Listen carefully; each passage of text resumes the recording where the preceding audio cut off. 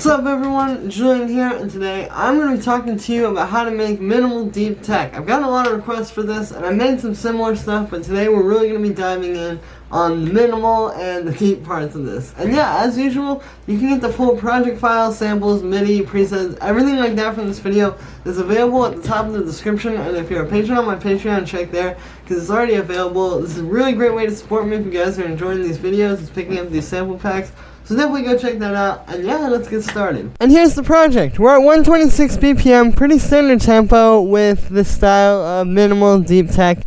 And the first thing that we have going on would be all of these little chord stabs up here.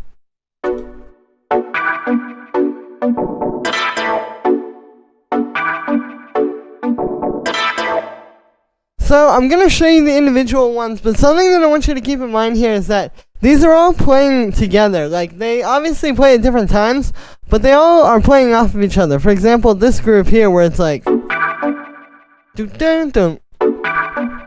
like having stuff like that, that's really what you want. Or like over here,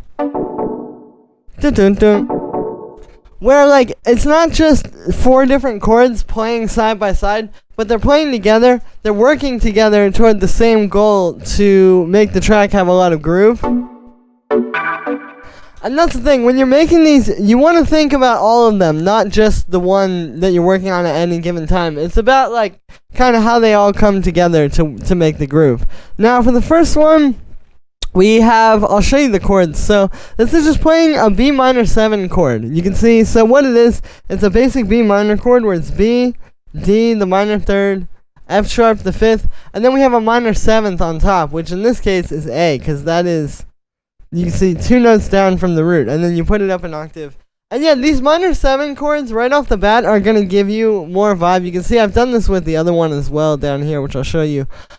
But yeah, it just gives you more like character and vibe to it musically because of the fact that like there's something sad to it because it's a minor chord, but there's also something happy to it because of that minor 7th on top. And then I just have also, there are some that are just these 2 notes. That's just when you want it to be a little bit more low key, like here. You know, it's just a nice way to get more mileage out of the same sound. And for the sound with this one, it's made with analog. It's just 2 saw waves here going into a bandpass filter which has an envelope on it, so that's how we get that quick, plucky sound. And then we have the amp envelope like that. And then we just have a bit of unison, and that is it for inside of the synth. Like I said, it's a pretty simple sound in the synth. Then we just have a bit of chorus and a bit of reverb to give it some space. You can see it's a bit of a shorter reverb. And then this drum bus to fatten it up, and that's really it. This one really, it's just all about like how it's going to fit into the track.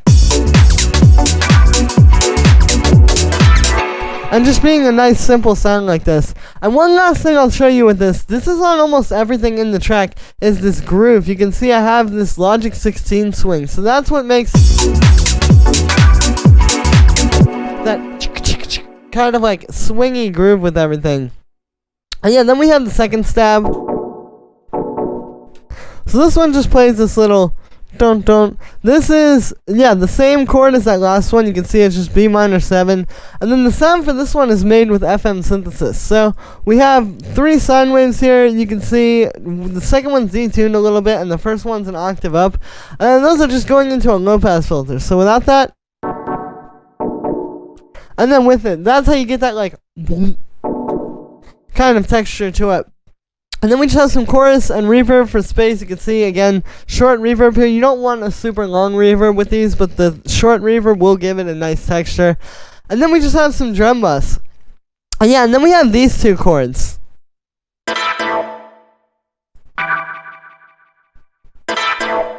And so these are made in a bit of a different way. The way that these are being made is actually by taking audio stabs. We have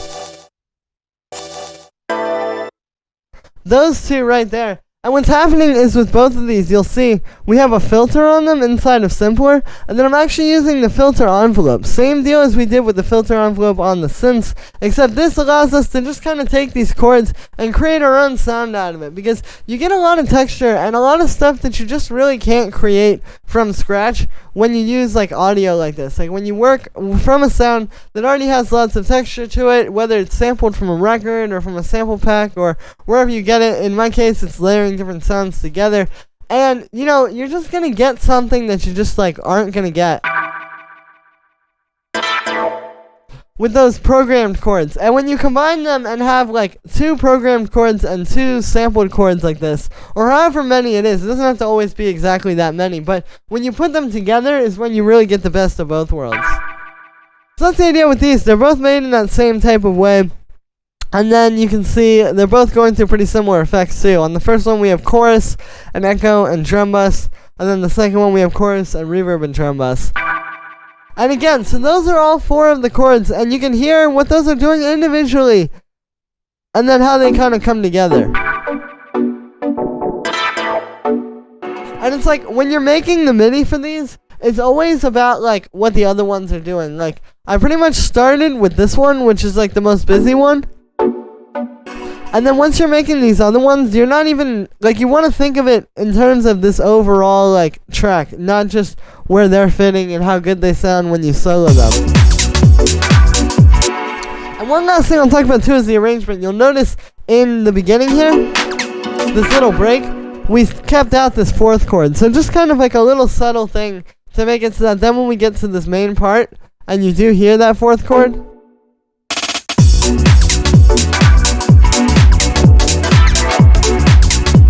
it's a lot more impactful. Especially because that's one of the ones that stands out the most. And then we have this pad.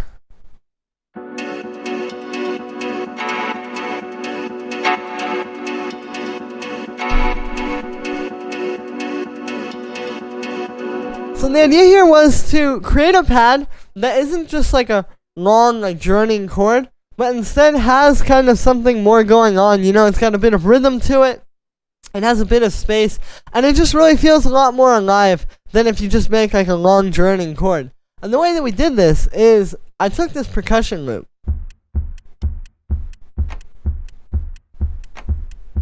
Just like a really simple little, like, you know, just boom, boom, boom, with a few little 16-note percussions in there. And we're actually using Ableton's resonators. So I'm going to go ahead and turn all the effects off just to show you this.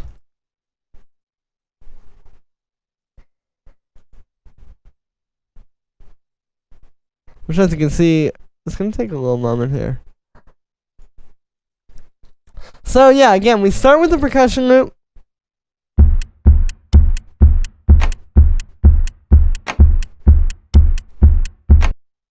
And then I'm putting that through the resonator here.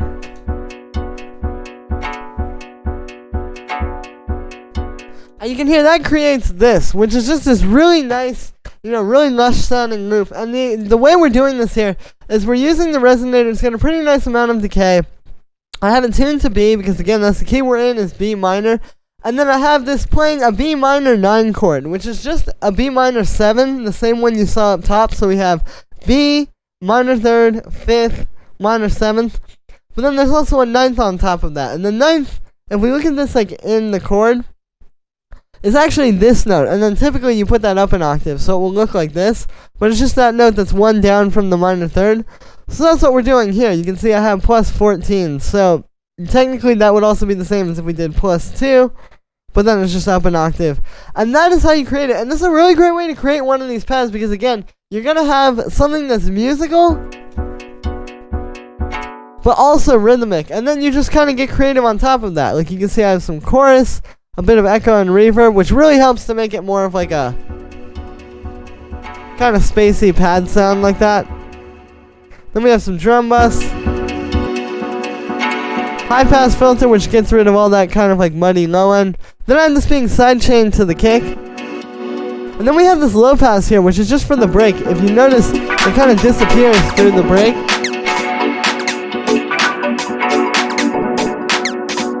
So we're getting a little bit less tense. Things are chilling out a bit. It's disappearing.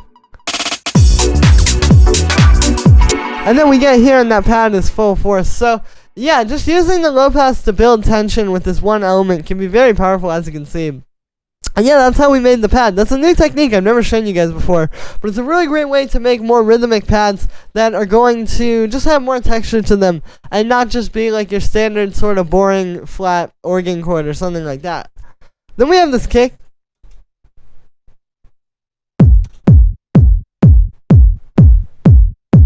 So you can hear it's just a nice fat 909 style kick. I have it going through some drum bus, which helps with that. Here's without the drum bus. You can hear that just really makes it big and boomy. That's something with the style, is when you hear these tracks, you would think they're using smaller kick samples. But again, you just want this really big, boomy 909 style kick. And then we have our bass line.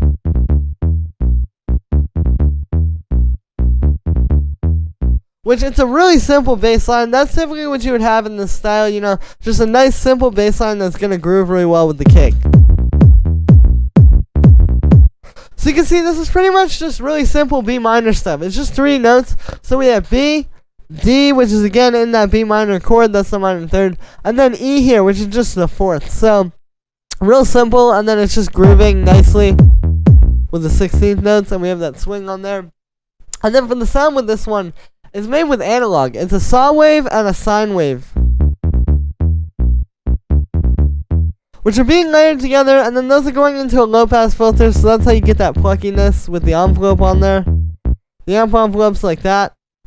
And then for effects on here, we just have a bit of drum bus, a bit of a sidechain, it's just being sidechained to the kick, and then an EQ here, which is cutting out a bit of room for the kick as well. And yeah, you know, you just want a nice fat bass line. Really, the oscillators and the notes are going to do most of the work for you, and then it's just about like fattening it a little bit, and then just kind of letting it breathe really nicely in the track.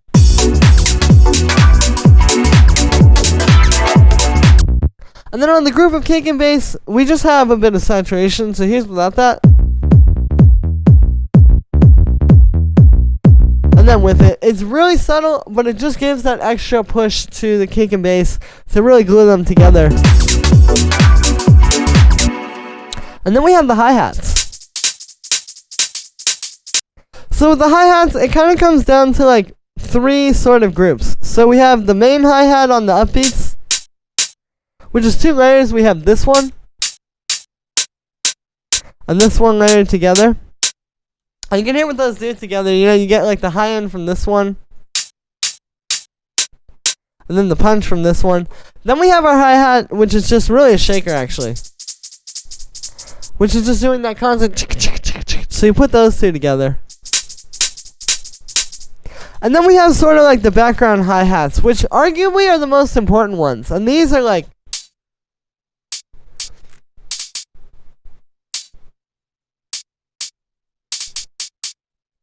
you can hear those are just the ones that are going to do those little extra notes, like if I play them with one of these.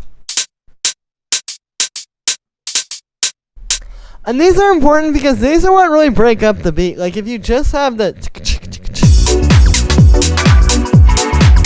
it's cool, and that is almost there, but then these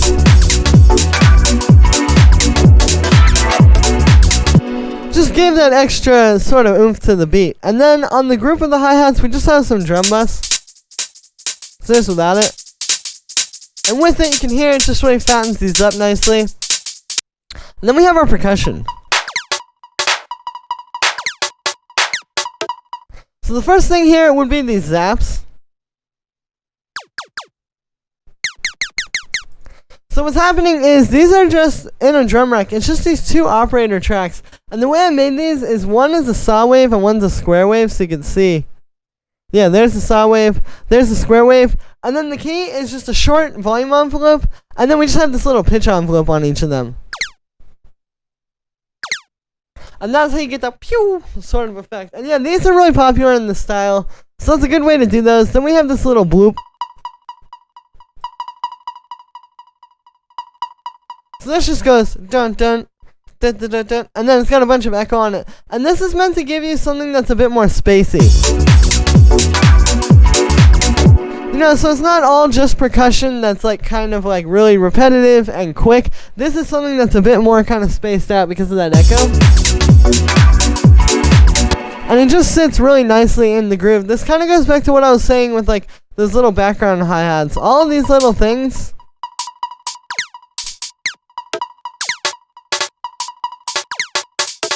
all these little background sounds are what's really making a huge difference in your track.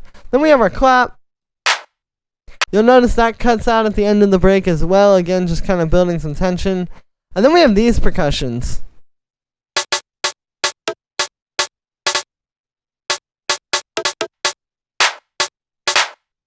which you can hear this one at the bottom plays with the clap, but then it's also doing some extra little notes in there.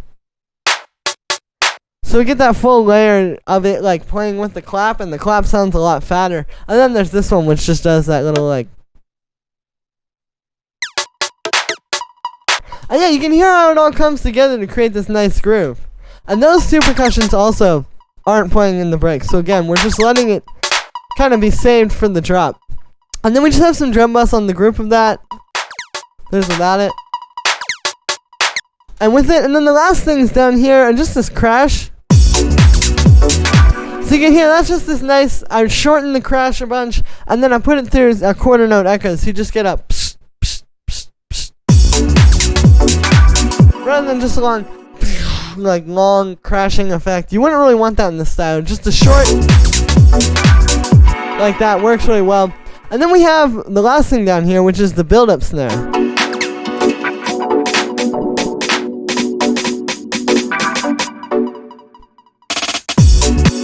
So the idea with this one is to create a snare that isn't just gonna go do do do do do do do do do do do do do do, you know, like your standard sort of building snare, but instead it's just slowly building, and it never even really gets that intense. And then just that little.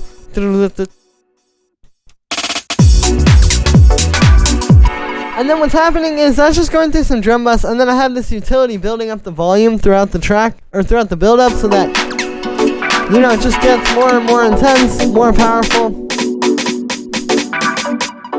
And then we build tension perfectly.